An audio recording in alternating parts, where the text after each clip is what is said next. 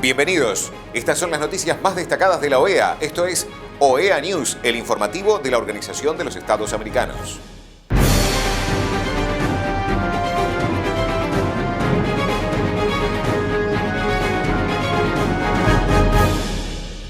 Es momento de compartir los títulos de las noticias más importantes que vamos a estar brindando a ustedes. Preocupación de la misión de observación sobre la situación en Guatemala. Luis Almagro saludó a embajador Arnold Chacón. Reunión conjunta del Consejo Permanente y el CIDI. Webinar de OEA-SICTE sobre ciberseguridad en la familia. El secretario general de la OEA, Luis Almagro, adhirió a la preocupación expresada por la misión de observación electoral de la OEA en Guatemala respecto a la posible suspensión del movimiento Semilla y su inquietud por los acontecimientos sucedidos el miércoles 30 en el Congreso de la República. A través de un comunicado, la misión señaló que expresa su preocupación ante estos nuevos intentos de desconocer la voluntad expresada en las urnas por las y los guatemaltecos. Derivado de lo anterior, la misión ve con inquietud los acontecimientos en el Congreso de la República en el que la Junta Directiva desconoció a la bancada del movimiento Semilla como un bloque legislativo y declaró a las y los diputados actuales como independientes.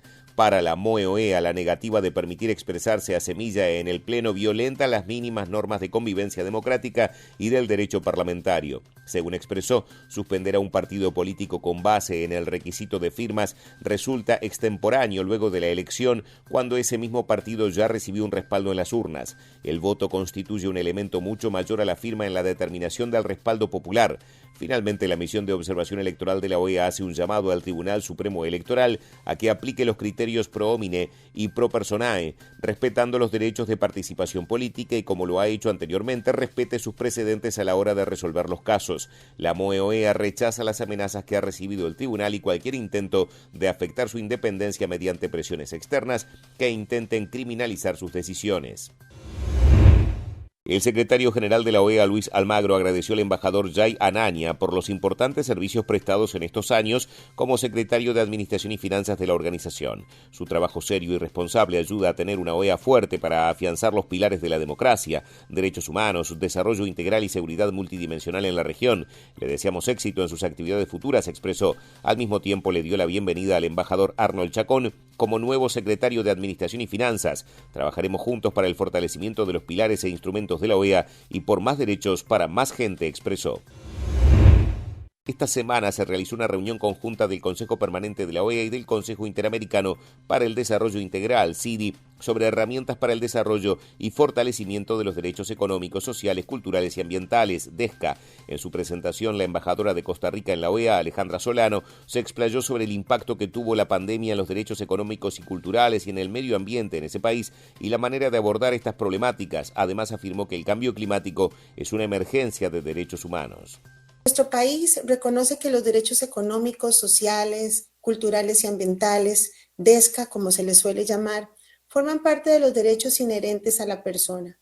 Los principios de universalidad, indivisibilidad e interdependencia se encuentran plasmados en nuestro marco jurídico, el cual otorga la misma jerarquía a todos los derechos fundamentales.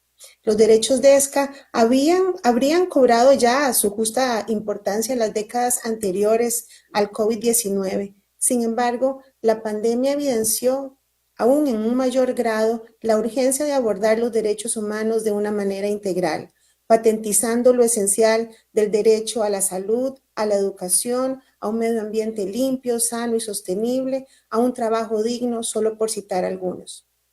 En este sentido, en materia de salud, durante la pandemia, las autoridades costarricenses visionarias, prontas a buscar vías legales para asegurar la compra de unas vacunas cuando éstas apenas estaban en proceso de creación.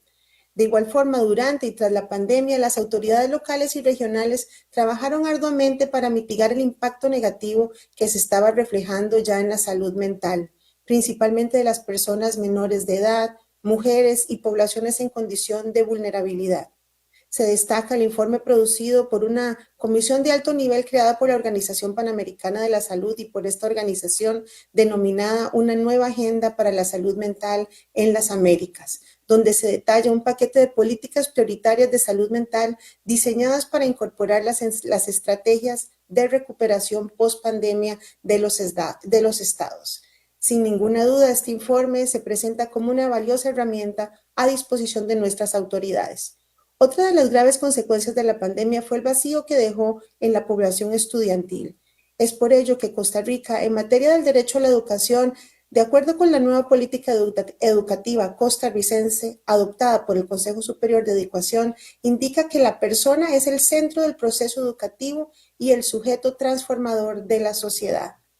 En relación con lo que se nos presenta en protección al medio ambiente, recordamos que Costa Rica lideró el año pasado en el seno de las Naciones Unidas la adopción de una resolución que reconoce el acceso a un medio ambiente limpio, sano y sostenible como un derecho universal.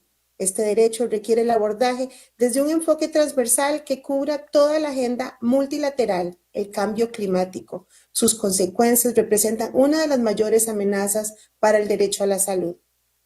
Al mencionar herramientas, es igualmente necesario referirse a la opinión consultiva 23 de la Corte Interamericana de Derechos Humanos, que desarrolla este derecho al medio ambiente sano, y a la resolución número 3/21, denominada Emergencia Climática, alcance de las obligaciones interamericanas en materia de derechos humanos, publicada por la CIDH y la Redesca, la cual reconoce que el cambio climático es una emergencia de derechos humanos.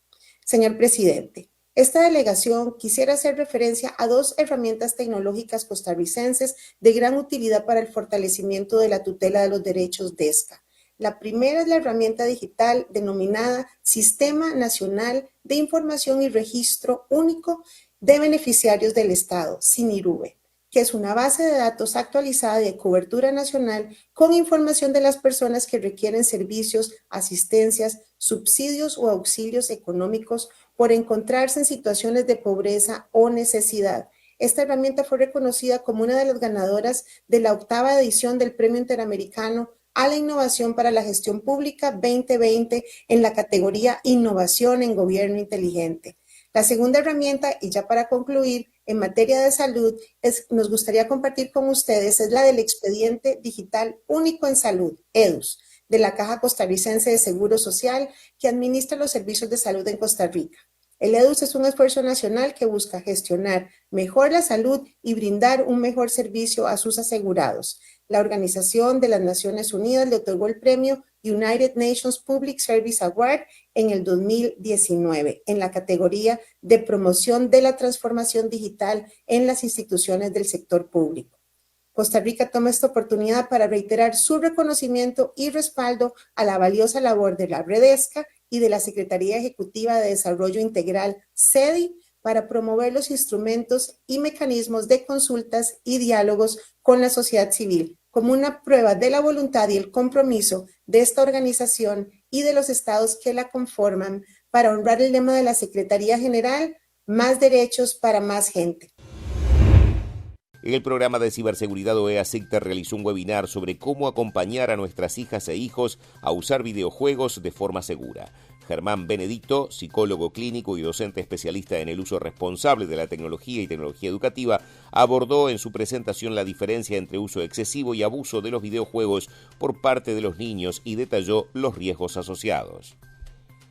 Cuando hablamos, del tema del uso excesivo o abuso, a ver, por un lado, entender lo que es un estado inmersivo, ¿no? En donde realmente se está disfrutando la experiencia lúdica, la experiencia del juego, del videojuego. Estoy en un mundo virtual, eso me genera toda una serie de sensaciones, de emociones.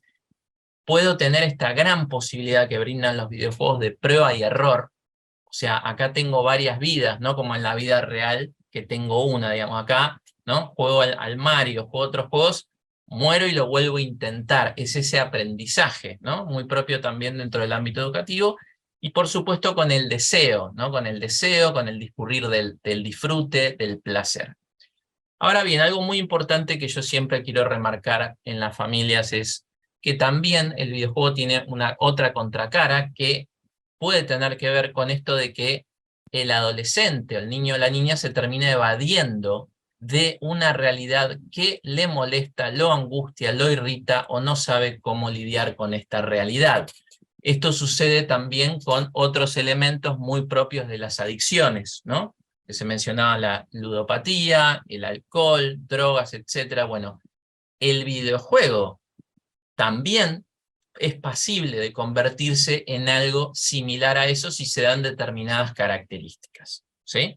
Entonces, si hablamos de lo que es un uso excesivo, y también podríamos hablar en lo que es una adicción, el videojuego se puede llegar a transformar en un refugio de cuestiones que el adolescente, el niño y la niña no está pudiendo lidiar, en una evasión, un aislamiento y una desconexión con eso que me molesta tanto, ¿no?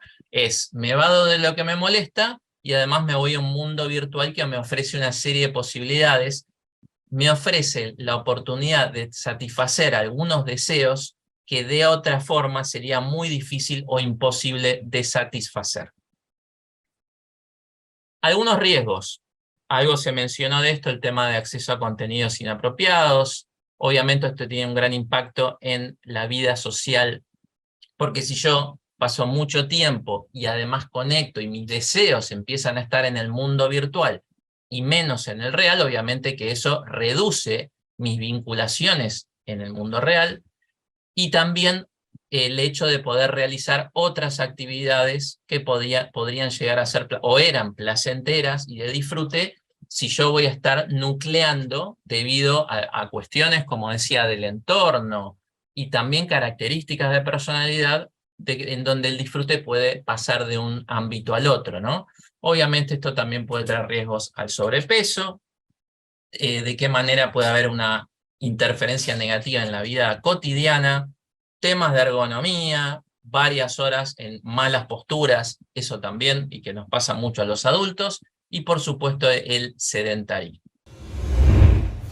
Estas han sido las noticias más relevantes de la OEA, la Organización de los Estados Americanos. Esto ha sido OEA News. Nos reencontramos en la próxima jornada.